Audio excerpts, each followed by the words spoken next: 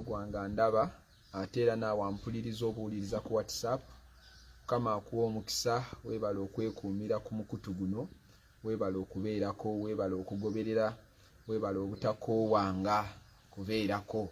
Saba Mukama akuwa omukisa era n'empeera yo nzikiriza nga tegenda kkubula. Ekyawandiikibwa kiri eyo mu Matayo 24:12 nti olw'okuba obujeemu bugenda kuyinga obungi, okwagala kw'abasinga kugenda kuwola. Twatandise bangi, twatandika tuwuliriza bangi, twatandika tukomentinga nnyo, twatandika tusharinga nnyo, twatandika twewaayo nnyo, naye olwaleero nno naye kale tekiregaanika oba oliawo abamu data yakendeera, ate olw'okuba nti abantu abasinga tebayingiza, ntegeeza mu byensimbi, ensonga lwaki kigenda maaso. Naye Mukama tumwebaza ku lwaggwe ate akyasharinga linki, akyagoberera, akyewaddeyo okuyiga. Tuli nno mu biro, tuli mu biseera eby'enkomerero, Kristo ng'akomawo okunona ekkanisa. Ekyo kyo tekikyaliko kubuuza, tekikyegaanika. Naye twebaza Katonda nti gwe okyagoberera, okyawuliriza. Mikwano gyaffe abampuliriza ku WhatsApp, Mukama abawa omukisa, mwebale kugoberera, mwebale ebibuuzo eri abo abajja mu inbox ne babuuza ebibuuzo.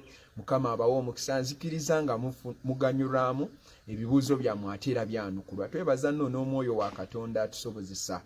Si byangu olw'olumu bitawankanamu, naye Mukama atuyinzisa. Kyokka ate njagala kwebaza Katonda olw'omuntu ali ku kamera.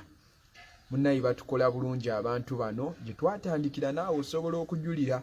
Naye olwaleero ndowooza olabawo enjawulo, waliwo enjawulo. Ekyo nno kye twebaliza Katonda nti atujja ku ddaala ng'atwongerayo ku ddaala.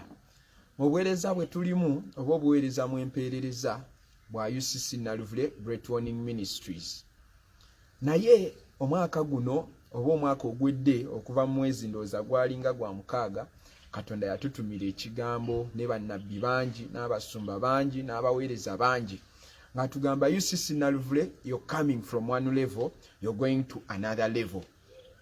Era nga Katonda atugamba nti tugenda kutandika obuweereza. We are starting real ministry as Great Warning Conference.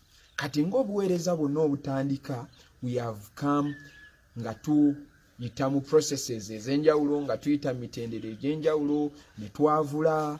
Era otulabyeko nga twavula, otuutoka tutengeredde, tutuuka tutandise okuprogressingira ddala. Ekitiibwa nno n'amatendo Mukama tubimuwa, kubanga bw'ayogera atuukiriza. Twali twebuuza oba kigenda kubeera kitya, oba kigenda faanana kitya, oba levo Katonda gy'atuteddeko tugenda mu mawanga, oba tugenda kukola tutya. Naye twebaza Katonda kati olwaleero nti ate ab'amawanga batulaba. Weewaawo nga tuli waka, nga tuli mu lockdown, ng'abasinga tebatambula, ne Katonda ate atuteereddewo enkola ey'okuba nga gwa otulaba. Amannya gange nze Mukisa Moses. Neebaza Katonda nti ampaddeyo ekisa okuweereza wamu n'omusumba Bone Musoke. Nkulembera obuweereza obw'abavubuka aba UCC Naluvule, abasinga bye bamanyi nti bye batuyimbira oluyimba lw'olugendo lwa Wanvuye.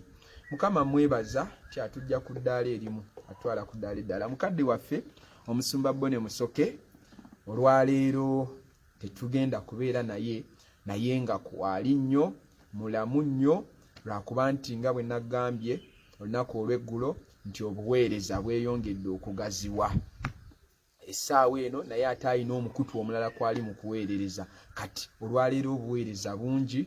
Twebaza Katonda nti enzigi zitandise okweggulawo, okulabula kweyongedde okukubisibwamu. Kati nno naawe mukwano gwange, baako omuntu gw'olabula, baako omuntu gw'otegeeza ebigambo bino, omuntu muweereze linki.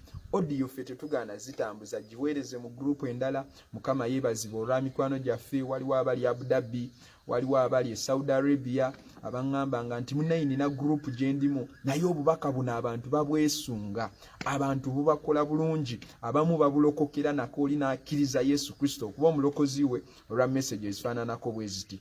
Osobola nno okubaako omuntu gw'olabula, osobola okubaako omuntu gw'otaasa, just with those few MBs that you're going to use to forward that teaching, to forward that message. Nkukubiriza, nkwegayirira ojongereyo. Olunaku n'olwejjo twakomye, twabadde ku Lutti, bamalayika nga bamugamba nti genda obeeka abantu b'obagula, genda ogambe bakoddomi bo.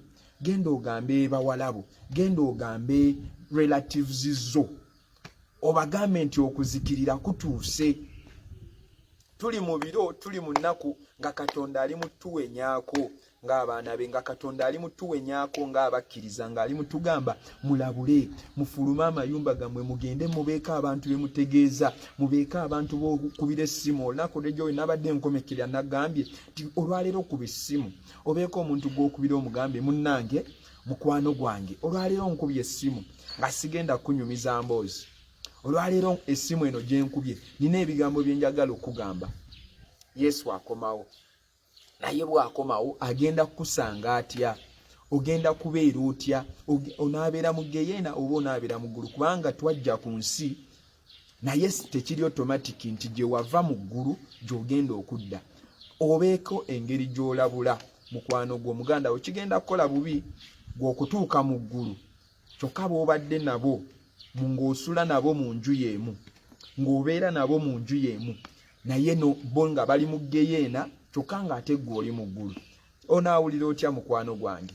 Oba ojjukira omugagga eyatuuka mu ggulu ng'alaba Laazaalo ali mu bulamu obw'okwesiima kyokka ye ng'ali mu Geyeena, ne yeegayirira nnyo n'akaaba n'agamba kale waakiri mumpeeyo kyansi emu ngende ndabule baganda bange. Naye akaabirira baganda be. Kiseera kya kubunyisa njiri eno. Mikwano gyo gitegeeze, baganda bo bategeeze, ebiseera biweddeyo. Mikwano gyange ennaku zeezo tuli mu kulaba bubonero obw'ennaku zino ez'oluvannyuma. Saagala nno olwaleero kulwawo nnyo, era njagala kutandikira wennyini we nakomye olunaku olw'eggulo, kubanga tuzze nga tuddayo emabega, naye olwaleero kantandikirawo wennyini. Kati gwe mukwano gwange ng'okalaba busooka oba ng'owuliriza message eno mulundi ogusooka, waliyo series endala ezisukka mu 25 endala ze weetaaga okuwulira bw'onaatuukira wano n'enzikiza Katonda ng'agenda kukola bulungi n'olunaku olwaleero. Omwoyo omutukuvu nno ye yamaze ddo twegattako. Lubereberye 19 gye tuli 19 katutandikire kale ku 12 olunaku olw'ejjo we twakomye. Abasajja ne bagamba Lutti nti olina nate wano abalala mukoddomi wo n'abaana bo ab'obulenzi n'ab'obuwala ne bonna b'olina mu kibuga bafulumye mu kifo muno. Bamalayika bagamba Lutti, oba nsookere ku 11 kale kanzireko kati ni ku 11 tuddemu. Kantandikire kale ku 10 kubanga ebintu bino bye twogera bikulu nnyo, tebyetaaga kupapira, tebyetaaga kwanguyiriza, kubanga tuli mu nnaku zaabyo, tuli mu nnaku ez'oluvannyuma, n'olunaku olw'enkya tugenda kubaawo nga twongerezaako, nga twongera okulabula n'okuyiga. Kanve ku 10. Naye abasajja ne bagolola emikono ne bayingiza Lutti mu nnyumba mwe baali ne baggalawo oluggi. Jjukira ku lunaku luli we nakomye wano wennyini we twakomye ng'agamba weewaawo Lutti yali afulumye okuva mu nju, weewaawo Lutti yali avudde mu kisa, weewaawo Lutti yali agenze mbwagezeeko okutaasa bamalayika okubalwanirira. Ne nkugamba nti Katonda tebamulwanirira. Okufuluma, akabonero ak'okufuluma okuva mu nju, Lutti yali afuluma kuva mu kisa, Lutti yali afuluma kuva mu presence, Lutti yali afuluma nga yeegunjizaawo amagezi ge ataase ministry, ataase obuweereza, alabe nga naye ayitawo. Ne nkugamba take caution, weegendereza okulaba nga tosalayo magezi malala, tokolayo pulaani B, tokolayo option ndala, kubanga bw'onaakola we wayinza okuva okunyigirizibwa n'okubulako. Kubanga Lutti kasita yafuluma, abasajja ne bamunyigiriza nnyo omusajja oyo Lutti, ne bamunyigiriza. Kati bw'onaafuluma oba kale ne bw'obanga wafuluma, ekisa kya Katonda weekiri okukomyawo. Bayibuli egambye mbu bamalayika ne baggulawo oluggi ne bakomyawo Lutti ne bamuyingiza. Wakyaliwo ekisa, wakyaliwo okwa Katonda akyatudde ku ntebe ey'ekisa, Katonda akyatudde ku ntebe ey'okwagala. Olwaleero ng'agamba mukomeewo gye ndi, abaana abaali babula mukomeewo, abaali baseeseetuka mukomeewo, ne wooba wakola ebibi bingi. Olunaku olumu waliwo omukyala eyatugamba nti musumba, nze nga mpulira nnyonoonye nnyo, mpulira nga ne bwe nneenenya kiyinza obutamala, mpulira nga ebibi nakola bingi. Mukwano gwange Katonda akyatudde ku ntebe y'ekisa. Lutti n'amusikayo n'amukomyawo mu nju. Bwe yamukomyawo n'okuggalawo n'aggalawo. Bw'amala omuwalula, bw'amala omukomyawo muyingiza mu nju, omukomyawo mu presence, omukomyawo mu kisa, omukomyawo mu kwagala. Kati amugamba olinayo baganda bo, olinayo bannyinaze, olinayo abakoddomi mu kibuga muno nabo bataase. Jjukira ye Mukama waffe agamba Peetero nti Peetero bw'onaamala okunywera onywezanga baganda bo, bw'onaamala okutegeera amazima, bw'onaamala okutegeera ekikubanjibwa, bw'onaamala otegeera ebiro n'ennaku mwe tuli, onywezanga baganda bo. Peetero bw'omala okukyuka okyusanga baganda bo.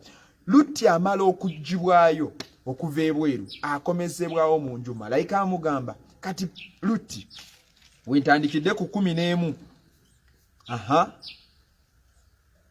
lwentandikidde ku 12, abasajja ne bagamba Lutti nti olina wano abalala, olinawo mukoddomi wo, olinawo abaana bo ab'obulenzi oba ab'obuwala mu kibuga kino, nabo bafulumye okuva mu kifo kino.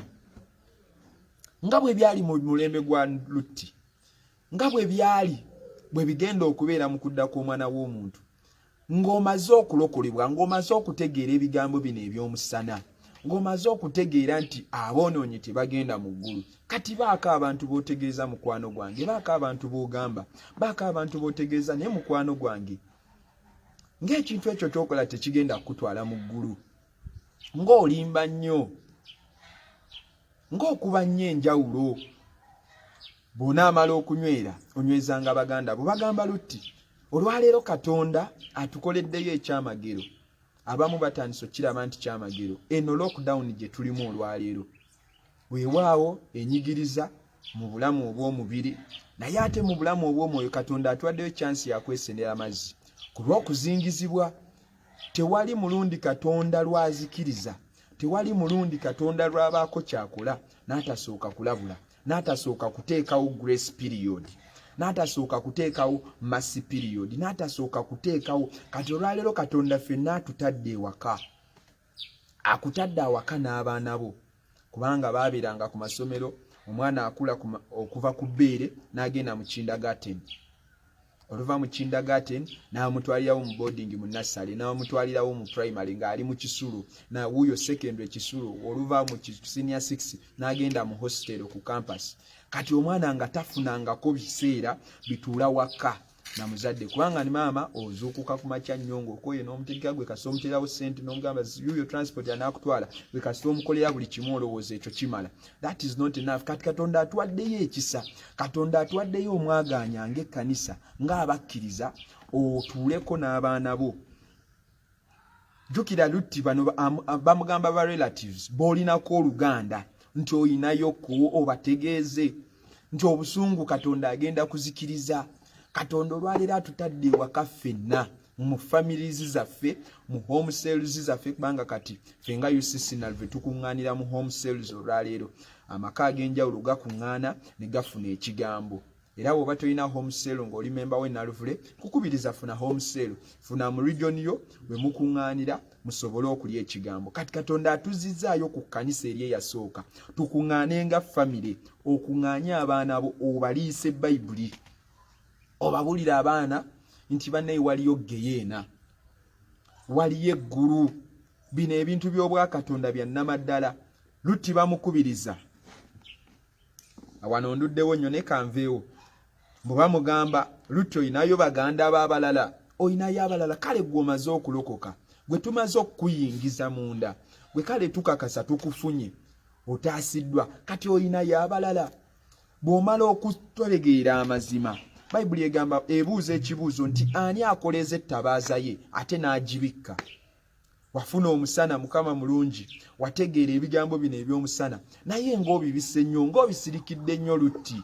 Tegeeza abalala. Linki eno, odiyo eno, baako gw'ogiweereza, baako gw'ogikanyugira, omugambe ebigambo ebyo biibyo, nze kale nkozi ogwange mbikuwadde gwe bitegeere. Kangende ku 13. Kuba tunaazikiriza ekifo kino, ebiseera eby'okuzikiriza bituuse. okudda kwa Mukama waffe kwengedde nnyo. Simanyi ekyo bwe nnyinza kikutegeeza mukwano gwange, simanyi engeri gye nnyinza kigambamu, kubanga olwaleero abasinga abagenda mu ggulu bonna bagamba bannaaye ebiseera biweddeyo, nalabye akalimimbu nga katuukidde ddala wali wennyini. Kati abamu bagamba kati we kiba n'okuntebe asituseeko kati ali mu kutambula ajja, bwe kuba kujja ali mu kuba ajja kutunona bunoni. Ebiro nga bisembedde nnyo naye ng'ate tusirikidde nnyo enjiri eno ey'obwakabaka, nga tukyali nnyo mu kitwale kiikyo kirye kiikyo kituvuge kiikyo kyokka ng'ate ensi olwaleero ebintu byonna ebijje mu physical world n'ebitwala ku unseen world. Naye ate ffe focus tukyagitadde ku bino ebirabika. Nkukubiriza amaaso gajje ku bino ebirabika. Coronavirus olwaleero gwe tulwanagana naye talabika. Olwaleero enjiri gye tubuulira tetukulaba, naawe tondaba, kale weewaawo ndabira mu screen yo naye tondaba physically. N'okumpuliza ne woba ompuliriza ku WhatsApp, olwaleero tondaba physically. Olwaleero ebintu byonna biri modernized, things are no longer physical. Ebintu byonna bagezezzaako modernizinga. Ekimodernization kizza olwaleero. Kyokka ffe ekyewuunyisa nti abakristaayo n'abalokole ffe amaaso tukyagatadde ku birabika. Ng'ensi olwaleero ebintu byonna tebikyalabika. Omuntu omukubira essimu nga tomulaba naye osobola omuwuliza, osobola okwogera naye olwaleero ffe amaaso tugyagatunuuliza ebyo ebirabika. Pawulo atugamba eri mu kitabo ky'Abakolinso nti nga ffe tetutunuulira ebyo ebirabika wabula ebitalabika, kubanga ebirabika bya kaseera buseera naye ebyo ebitalabika bya mirembe na mirembe. Amaaso tugabuuse, amaaso tugajje ku bino ebirabika. Bigenda kuggwaawo, byonna bigenda kunyeenyezebwa. Olwaleero ayina emmotoka alinga atayina, kubanga kutambuza bigere oba si kyo nasooka genda mu babuyinza kufuna biwandiiko bikukkiriza kutambula, kufuna sitiika ekukkiriza kutambula. Olwaleero abalina amaduuka ga akeedi gonna maggale, ebirabika byonna bitandise okunafuyizibwa. Bonna bubonero butulaga nti tuyina we tuyingidde. Ennaku zituuse nnyo, ebiseera bisembedde nnyo. Mukama waffe akomawo mikwano gyaffe. Bwe tunaaba tunakusoma Bayibuli nja kukulaga ekyawandiikibwa nga Mukama waffe agamba abayigirizwa bwe muba nga musobola okutunuulira obubonero ne mugamba okusinziira ku mbeera y'obudde enkuba egenda kutonnya. Okusinziira ku mbeera actually tulina n'abakola weather forecast ne bagamba olunaku olw'enkya mu kitundu bwe kiti enkuba egenda kutonnya. Akati eChina omuyaga bwe guti gusuubirwa okugwa mu nnaku bwe ziti mu wiiki bweti tusuubirayo ekintu bwe kiti. Abantu olwaliyo bakuguse mu kusoma obubonero n'ebiro. N'abalimi olwaleero asobola okumanya kati eno sizoni ya kino enkuba eyise eyo tegenda kutonnya. Akati yanula engoye enkuba yiyejja. Naye olwaleero ensi ey'omwoyo eyengeredde. Olwaleero ensi ey'omwoyo etoobatoba okudda kwa Mukama waffe Yesu kutuuse. Naye abakristaayo ffenna tukyebase, obubonero bukyatulemye okusoma nga bwe byali mu nnaku za Lutti. Jjukira tulinayo ne Nuuwa naye Mukama ajja tuwa ekisa tumukwateko. Oyo naye ate ayina ebyama bye. Oyo naye Lutti, Nuuwa naye ate anyuma bubwe weekolera eryato. Jjukira ne ku Nuuwa naye abayingira mu lyato yali famire ya Nuuwa. Nuuwa mu lyato yagendamu na famire ye. Lutti naye olwale naye okusinza wano ku 12 we tusoma bamugamba yogera ne bakoddomi bo, in other words yogera n'abaana bo, yogera ne ba relatives bo, yogera with your blood, yogera n'abo abalina omusaayi gwo, yogera nabo bo kale oba oli awo banaawulira banaategeera. Olwaleero ng'oli ewaka mukwano gwange yogera n'abafamire yo, yogera n'abaana bo. Jjajjawo mu kyalo, maama wo ali mu kyalo. Juzi yabadde Mother's Day, abasinga ne bapostinga ku WhatsApp, maama wange nkwagala nnyo, maama wange nkwagala nnyo. Abadde baba postinga ku Facebook newankwadde nga bamaama baabwe tebali ku Facebook. Eyo nno yensi gye tulimu. Ebintu byewuunyisa. Omuntu gwa postinga ku Facebook tali ku Facebook, omuntu gwatadde ku WhatsApp tali ku WhatsApp. Actually nalabye post yemu ng'egamba nti naye maama wo gw'oteeka ku WhatsApp tali ku WhatsApp naye ali ku mobile money. Muweerezeemu ssente ku mobile money okusinga omuteeka ku WhatsApp ng'ate tagenda laba. kale weewaawo abamu bamutadde ku WhatsApp naye nga tasobola mukubya simu kumugamba munne maama nkwagala nnyo weebale ku byonna byonkoledde naye kale yensi mwe tuli kati olwaleero ng'oli ku WhatsApp nsaba ogikozese bulungi obeeko gwotegeeza enjiri abantu obakubire amasimu okubire maama wo mu kyalo mugambe maama weebale kunzaala wanzaala naye munnaye ennaku nga ze tulimu za luvannyuma eno gye nagenda gye nayingira tulina ebigambo bye tuli mu kuyiga nga ono coronavirus wazze nga bw'obiraba bwe biti we bizze birina ekintu kye bitegeeza birina kye biranga mu Bayibuli mu ebiri birina kye biranga jukira ono Lutti kankulagaako 12 kapaati k'obadde tonnategeera abasajja mbu we bajjayo Lutti mbu ne basibawo oluggi ne babaggalira mu nju eno lockdown bamusibira mu nju bwe bamala omujjayo ne bamusibira mu nju in other words it is a lockdown it was a lockdown bwe bamugambira ebigambo bino nti kati tegeeza baganda bo tegeeza bawala bo tegeeza mu lockdown mu kusibibwa mu nju bwe bamugambira kati tegeeza kati baako maama wo mukubira essimu omugagga oli ali mu luka akwasa ennaku ng'agamba nnina baganda bange ku nsi nga wano wendi sandyagadde bajjewo ng'akaaba amaziga omuliro gumutta n'agamba Laazaalo waakiri nnyika kannaswi akafaanana bwe kati akatono ng'akannyike mu mazzi amutonyezeeko ku lulimi ng'obulumi bw'awulira awulira amazzi agannaswi gasobola omuweweeza ng'akaaba agamba banne ekintuuseeko sandyagadde kituuke ku baganda bange sandyagadde kituuke ku baana bange sandyagadde kibatuukeko ng'alaajanira famire ng'alaajanira byalese ku nsi munnaye yali addamu n'amugamba abo balinayo bannabbi eyo ku nsi babalabula balinayo abalabuzi nina ttiimu gye ntegese eya Naluvule egenda kwogera ebigambo gye bali oba oliawo banaakyuka oba oliawo banaayambibwa kati olwaleero Katonda ffe baataddewo ffe baakozesa ffe baataddewo okulabula okugamba mukwano gwange waliwo ekijja baako bootegeeza 12 kangende kule 13 awunduddewo nnyo ne Mukama mulungi nzikiriza nga tulabulwa naye ekigenda okwasa ennaku oba ekigenda okwewuunyisa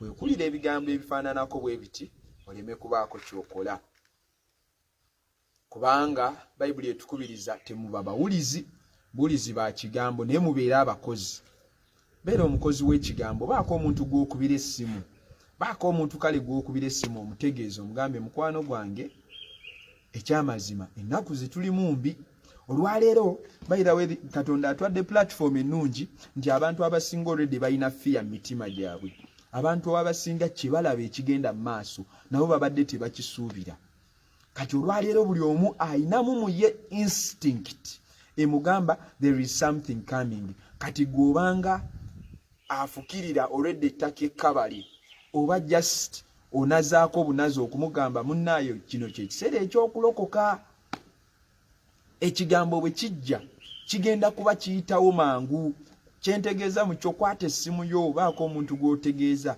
baako omuntu gw'okubira weereze message buli kumakyakerayo obeereko message oweereza omugambe Jesus is coming back soon but are you prepared but are you ready kyebagamba Lutti ngende kule 13 mukubanga tunaazikiriza ekifo kino okuzikirira kujja waliwo ebirala ebikyajja awo siwe njagala ogenda kanneeyongereyo kubanga okukaaba kwabwe kweyongedde nnyo mu maaso ga Mukama era yatumye okuzikiriza abantu babadde boonoonye nnyo ekibi kirinnye ku ntikko buli bulembe we gwatuukanga kusiyaga Katonda yaguzikirizanga olwaleero okusiyaga okuweereddwa kufuuse official olwaleero n'amakanisa gagatta abasiyazi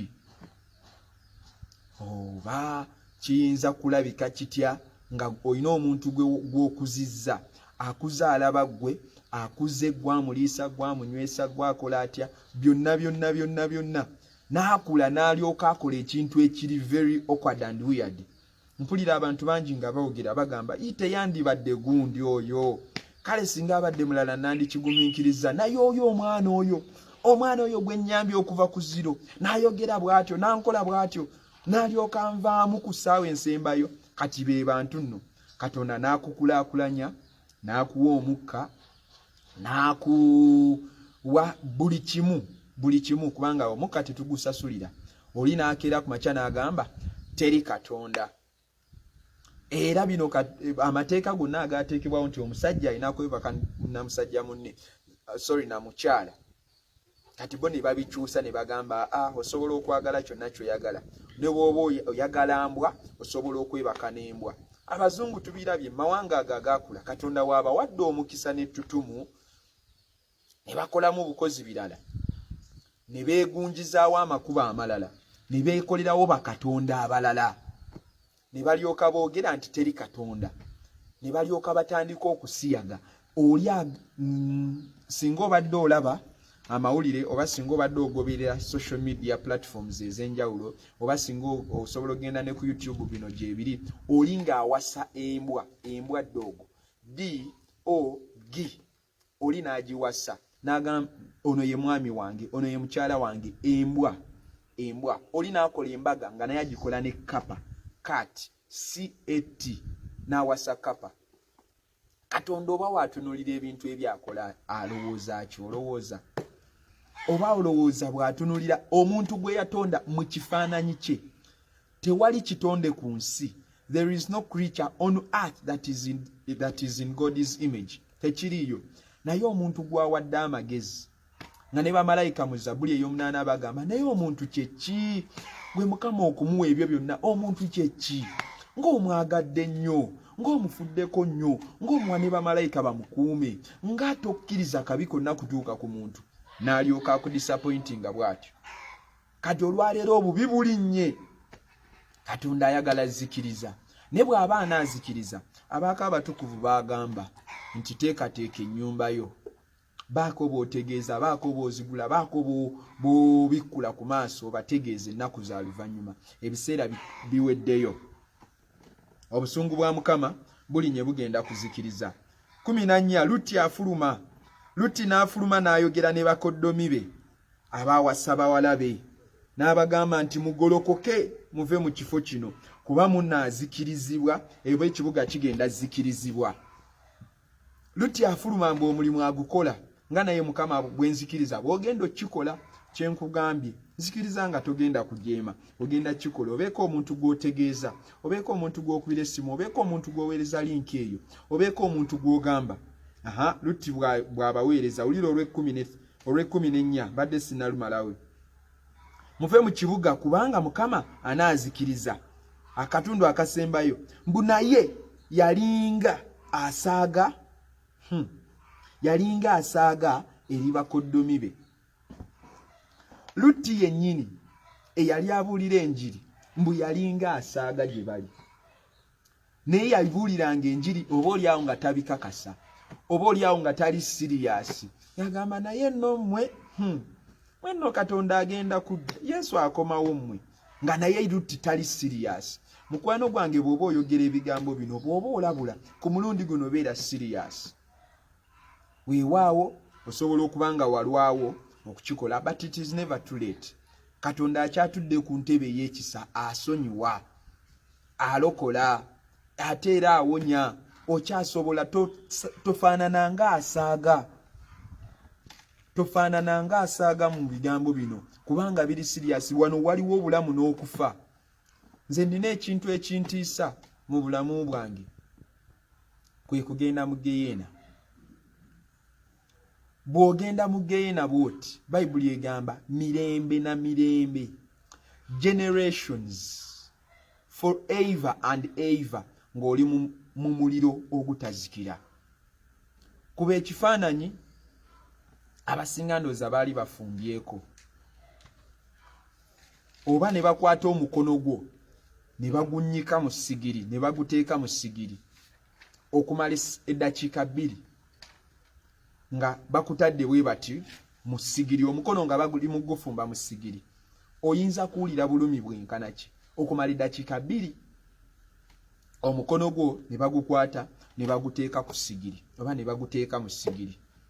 bwe baguteeka mu sigiri gwengerera ne gujja obulumi obubeerawo for only 2 minutes. 2 minutes oyinza okulira obulumi, oyinza okulanja wanjaga, oyinza okukuba emilanga, oyinza okukuba ebiwoobe for 2 minutes. Neka lowooza ne bamala bakikola okumala essaawa 2. Obulumi buyinza bba butya. Lowooza ate bwe bakikola okumala essaawa 5. Lowooza ate bwe bakikola okumala essaawa 8. Kale lowooza bwe bakikola ng'omukono gwo bagutadde mu sigiri. Mukono, ngambye mukono gwokka, ne baguteeka mu sigiri okumala olunaku lumu. Nga guli mu sigiri bali mu gufumba, bali mu gwokya. Kati ate lowooza weziwera ennaku 2. Lowooza ng'efuuse wiiki ng'omukono guli mu sigiri bagwokya. Kati ate lowooza bwe gufuuka omwezi nga bagwokya. Kati ate lowooza bwe gifuuka omwaka. Omwaka gumulamba ng'omukono gwo guli mu sigiri bali mu gwokya. Kati kale gifuula emyaka 3 nga bakwokya. Gifuula emyaka 10 nga bagwokya omukono. Emyaka 10, 10 years ng'omukono guli mu sigiri. Jukira tukoze sample ya mukono nga guli mu sigiri bagwokya. Kati ate kale kiteeke ku scale ya myaka 3, 30 years ng'omukono guli mu sigiri bali mu gwokya. Kati kitwaleko ku level endala omukono okumala emyaka, olina emyaka emeka oba kati? Kale ne bw'oba na 8, emyaka 8 ng'omukono gwo guli mu sigiri bagwokya. Emyaka 8. Kati kale gifuula emyaka 10, gifuula emyaka 3, gifuula emyaka 5, gifuula emyaka 10, gifuula emyaka nno 10 giba mingi. 1000, 1000 years, 1000 years ng'omukono guli mu sigiri bagwokya. Gifuula emyaka 2000, gifuula emyaka 5000, emyaka 5000 omukono guli mu sigiri bagwokya. Oba bulumi ki obubaawo? Jukira twavudde ku dakiika 2. Emyaka 5000, 5000 omukono guli mu sigiri bagwokya. Kati gitwale ku scale ya mitwalo 5, emitwalo 5 kale.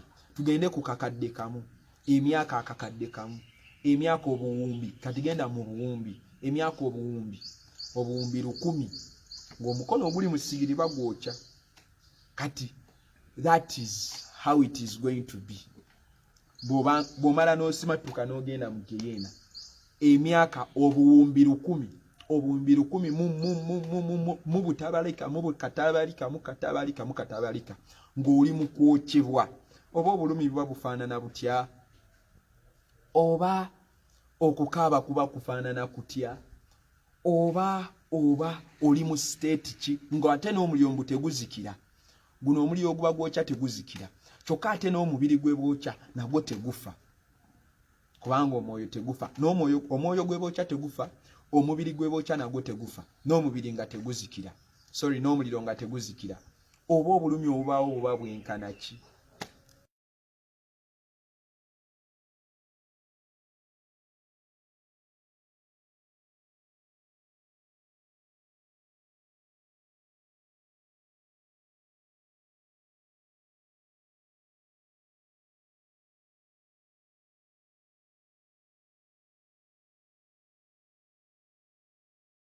Simatuka bwoti n'ogwa mu Geyeena.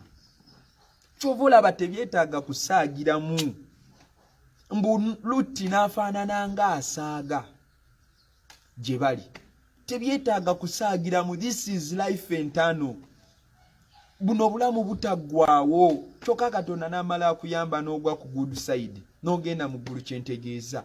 Oba ogenda kweyagala mirembe na mirembe. Oba ogenda kubeera in rejoicing forever and ever. Myaka 1000, 5000, 10,000 kakadde nga sikero bw'enzize ngitambuza. Kyokka ate bw'omala n'ogwa n'osimatuka n'ogwa mu Geyeena. Bannaaye amagombe kati awo weewali okweraliikirira kwange. Nsaba kimu, ngamba kimu Mukama. Mukama mu byonna by'onkolera, nsaba onkolera ekyamagero kimu. Kyokka ekyamagero kimu bwe kiti. Nze bwe mba wakufa bwe nti ngwe bugwi mu ggulu. Oba Mukama okikola otya, nyamba buyambi. Ngwe mu ggulu. Ngwe mu ggulu. Ekyo kubanga n'omala ogwa mu Geyeena bw'oti tekyali chance ndala. There is no other chance. There is no other opportunity. There is no other chance. Mwomala ogwa mu Geyeena. Ebitabo ne bimala bibikkulwa bwe biti. Ng'erinnya lyo teriri mu kitabo kya bulamu.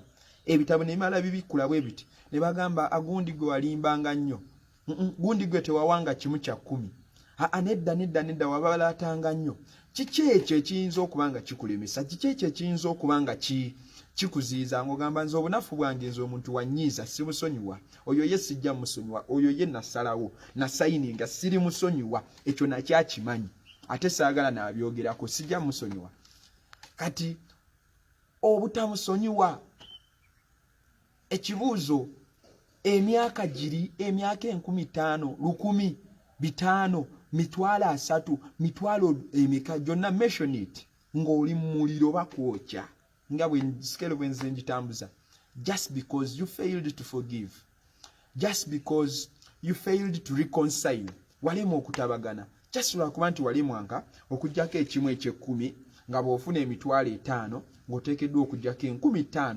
5,000 oziweeyo eri Katonda just that nga gwe agamba abasumba babbi sisobola sijja kiwaayo nga Katonda yakulekera 9 ku 10 9 out of 10 yonna yiyo n'agamba nze mpaako 1 out of 10 ku byonna byofunye on all your gains and income I just need 1 out of 10 gwe n'ogamba eno 1 nze nayo sijja giwaayo ekyo kikutwale mu geena emirembe n'emirembe gundi gwe ng'olabisenga asaaga Mulutti n'alabika nga asaaga eri bakoddomi be kubanga yabyogeranga agayaala naye bano boogayaalirako bagenda kuzikirira bagenda kwokyebwa sala amagezi gonna obalabule sala amagezi gonna y'ensonga lwaki ffe tusala amagezi gonna ttiimu yaffe ey'omwaka guno twagijja mu Bakolosaayo 2:28 egamba nga tulabula buli muntu mu magezi gonna in all kinds of wisdom we endeavor to warn in all kinds of wisdom tugezaako okulaba nga tukutuukako amasanyalaze ne geekyanga olw'okubanga tuli waka te generator biba bizibu olw'okubanga tuli waka network emanyi okukyankalanamu olw'okubanga tuli waka abatekinician bonna tebasobola kutambula kujja kufixinga bintu naye mu magezi gonna ne tusalawo ne tunoonya amagezi gonna okulabika nga tukutuukako okulabika nga tukulabula okulabika nga tukuyigiriza okulabika nga ffenna tetuzikirira okulabika nga okulabula kweyongerayo bino si byakusaaga mukwano gwange si byakuzannya n'omulundi n'ogumu geyeena gyeri omuliro gye guli kyokka ate ekisinga okutiisa n'okulabya ennaku nti kwa mirembe na mirembe okubonaabona kwa mirembe na mirembe y'ensonga lwaki tetwagala bizanyiramu kyonna ky'owulira nga kikulemye ekisa kikyaliwo Katonda akyatudde ku ntebe y'ekisa akyasobola okuddira mu mukwano gwange akyasobola ayanjuluza emikono gye agamba mukomeewo mu abaana bange abaali baabula ayogera eri mu Yeremiya mukomeewo come back unto me naye bwe mba mukomawo mumanye nga mwe abansobya ojjukira olugero lw'omwana eyazaawa bwe yeekuba mu mutima n'agamba kanzireyo eri kitange kanzireyo taata tagenda kungoba taata agenda kunsembeza mikwano Katonda waffe ayanjuluza emikono gye okuturisiivinga ebigambo bino eby'enkoberero tuli mu nnaku za luvannyuma tuli mu biseera nga Kristo akomawo ng'obubonero bwonna tubulaba ng'akugambye gamba bakoddomi bo gamba baganda bo tegeeza baako omuntu gw'otegeeza ebigambo bino omugambe munnange ebintu nga bibi nga we tuli wabi nga we tuli teweetaaga kuzannyira nga waliwo ekiyita mu nsi ey'omwoyo waliwo move Katonda abalubi nga bamaze okutuukirira jjukira eri mu Daniel gye twatandikira aboonoonyi bo bamaze okutuukirira n'abaana b'obwakabaka kitugwanidde okuba nga tutuukiridde si byakusaaga baako omuntu gw'olabula nkiremeddeko lwakubanga mpulira nga njagala twongereyo okulabula Bayibuli egamba naye omuntu ayinza kuwaayo ki okununula omwoyo gwe there is nothing that can equate to someone who's so there is nothing that you can give as a reason that can stand before God tewali nsonga gy'osobola kuwa ogamba anze ekyannemesa obuzibu nali ndowooza byakusaaga really wali olowooza byakusaaga omuntu ayinza kuwaayo ki? Omuntu ayinza kwogera atya? Omuntu onaayogera otya? Bantu bangi babiteekamu okubalaata nti bwe ndituuka mu maaso ge nja mmubuuza. Bwe ntuuka mu maaso ge, bwe naatuuka mu maaso ge ndimugamba ani yakola embidde. Ebyo nnaabwe ebuyimba batamivu bye baateranga biyimba nti ndimugamba ani yakola embidde. Osobola n'okwogera ng'otuuse mu maaso ge nga bonna abazze bamulabako abafunye chance ne balaba ku Katonda oba ne balaba ku Yesu, banga Katonda tosobola mulaba n'oba mulamu. Ne bonna abaali bamulabyeko bagamba alina entiisa. Bw'otuuka mu maaso ge ogwa bugwi n'okwogera oba tosobola kwogera. Bw'otuuka mu maaso ge weeyala bweyazi n'ebigambo tebisobola kufuluma. Kati gwe bw'ogamba nti bwe naatuuka gy'ali n'amubuuza ani akola embidde. Kati gwe bw'ogamba nti bwe naatuuka gy'ali nja munnyonnyola naye Katonda ategeera. Naye muntu asi muntu ono si mwana wa muntu. Omuntu anaawaayo ki okununula omwoyo gwe? Mukwano gwange labula olwaleero weebweddaayo akaaganya osobola okuva ddo tuddo. Olina obudde olwali tolina kyosobola kwekwasa, tolina nnyo kyakwekwasa kiri awo kyosobola kugamba nti asigenda kubuulira njiri kubanga mbeera bize nnyo. Ne Katonda naye akiraba mbeera bize. Kati olwaleero abasinga tetuli bize. We are not that busy. Tuli waka. Osobola okugamba leka ngendeko ewa neighbor, olwaleero mulabule, olwaleero mutegeeze ebigambo bino eby'okukyuka, olwaleero mutegeeze ebigambo bino. Olwaleero nno nalowoozezza nti essuula eno tunaagimalayo naye nsomyeyo ennyiriri bbiri zokka, obunyiriri bubiri bwokka. Olwaleero bwe tusomye n'obudde ne buggwayo.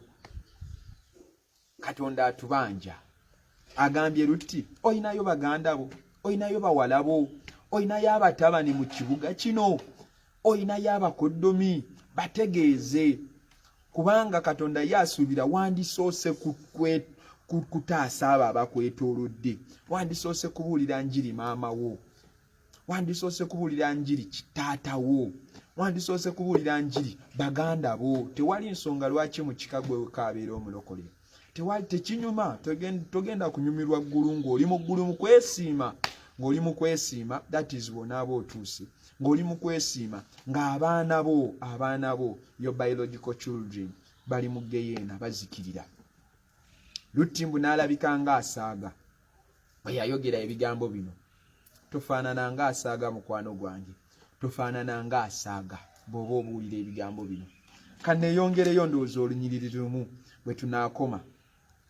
Nayagadde nno nabadde ndowooza Lutti olwaleero tunaamuvaako, naye nkizudde buzuuzi nga wano waliwo ekinyusi kingi nnyo, waliwo obugagga bungi. Ngomye ku lwakumeka mbadde mu 19, Bayibuli ebaddeyo ebikudde onansonyiwa. 19 mbadde ku lwa 13 olwe 12 ndumaze ng'afaananye ng'abasaaga gye bali. Kangende kali ku lwe 13 kuba tunaazikiriza ekibuga kino.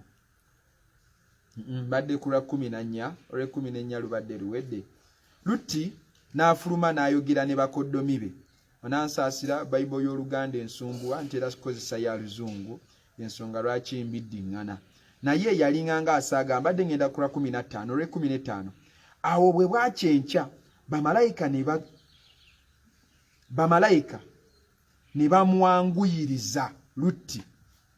Bwe bwakyenkya ku makya mbu ne banguyiriza Lutti, bamwanguyiriza. Nja kubuulira lwaki bamwanguyiriza, ndowooza olunaku olw'enkya kubanga baŋŋambye obudde buweddeyo. Ate olw'okuba nti tuli mu lockdown tetwagala tewali nsonga lwaki obubaka tetubumalaayo ng'ate tusobola okugira. So let's us save data. Awo bwe bwakyenkya ku makya bamalayika ne bamwanguyiriza Lutti nga boogera nti golokoka Lutti, golokoka, va mu tulo. Otwale mukazi wo n'abaana bo abawala bombi abali wano, oleme okuzikirizibwa mu butali butuukirivu obw'ekibuga. Bamalayika bagolokosa Lutti, bamwanguyiriza bamugamba Lutti golokoka, arise, obadde weebase. Lutti obadde mu tulo, Bayibuli eyogera eri mu kitabo ky'Abaluumi nti era mukole bwe mutyo kubanga mmanyi ebiro ng'obudde butuuse okuva mu tulo. Yesu akomawo atutwale, twetegeke tukole bwe tutyo kubanga tumanyi ebiro. Olw'okuba tumanyi ebiro tuteekeddwa okubaako ebintu bye tukola mu ssaawa eno. Oteekeddwa okuba nga kati oli mu kwetukuza, oli mu kugamba Mukama nnongoosa, Mukama twala obubi, twala amalala, twala obujja, twala obukaba, twala. Kiseera kya kwerongoosa. Era mu ssaala yo nsaba y'ensonga lwaki ku lunaku lwa Sande omusumba waffe yaluŋŋamizibwa kutubuulira ku kwenenya na kukyuka. Kiseera kya kweteekateeka, ababi bo bamaze okutuukirira. Bamalayika bagamba Lutti golokoka. Golokoka, ekibuga kigenda kuzikirizibwa. Lutti golokoka ofulume ekibuga. Wateekeddwa okubaawo okugolokoka olw'ennaku ze tulimu. Wateekeddwa okubaawo okweteekateeka okw'enjawulo. Otherwise okuzikiriza kusembedde. Ennaku ziweddeyo, ebiseera biweddeyo. Kristo akomawo okunona ekkanisa. Malirize ne luno we tunaatandikira olunaku olw'enkya Mukama bw'anaaba atusobozesezza. Kubanga kati ku mulundi guno twagala kubeera nga tuli consistent. Era essaawa bwe zinaaweranga 8 bweziti gwe tuninga on ssaawa 8 zennyini olwaleero abantu abasinga babadde tebabaddeeko lwakubanga ssaawa oluweze 8 ne tutandika solo olunaku olw'ejjo. Olunaku olw'ejjo ssaawa olwaweze bweziti 8 twabadde tugenze online. Kati ssaawa 8 gwennyini ku mulundi guno twagala maintaining ekyo. Ssaawa bwe zinaawera 8 ffe programu yaffe ejja kuba ng'etandika. Bw'onaaba ng'otusabidde n'essaalayo ne tutasumbuyibwa network kubanga wano we tuli olw'olimu network emanyi okuvaako, network emanyi okukola etya naye. Kale 15 mbadde mumaliriza otwale mukazi wo n'abaana bo. Oba olaba nti Lutti bamusentalinga nnyo nti at least kale bwe ebirala bwe biba biganye famire yo erokolebwe. Kyekiri kye babadde bamugamba mu ssuula eri nti olinayo bakoddomi bo, olinayo baganda bo, olinayo babuulire enjiri bategeeze. Kamalirize dakika ziweddeko. Kansome busomi awe tugenda otandikira olunaku olw'enkya. Awo bwe bwakyenkya ku makya bamalayika ne bamwanguyiriza Lutti nga boogera nti otwale mukazi wo n'abaana bo ab'obuwala bombi abali wano oleme okuzikirizibwa mu kibuga olw'obutali butuukirivu obw'ekibuga. Olw'e16 naye n'alwa. Mbu Lutti nga bamaze omwanguyiriza bamaze omugolokosa n'alwa. He delayed. Awe tugenda otandikira olunaku olw'enkya. Lutti n'alwa. Nsaba Mukama akumpeera omukisa mukwano gwange. Omusumba Bone Musoke atwagala nnyo, akwagala nnyo, akwesunga nnyo. Great Warning Ministries bwe buweereza. Mukama akumpeera omukisa. Amannya nze Mukisa Moses. Weebale kumpuliriza, weebale kulaba, weeraba olunaku olungi.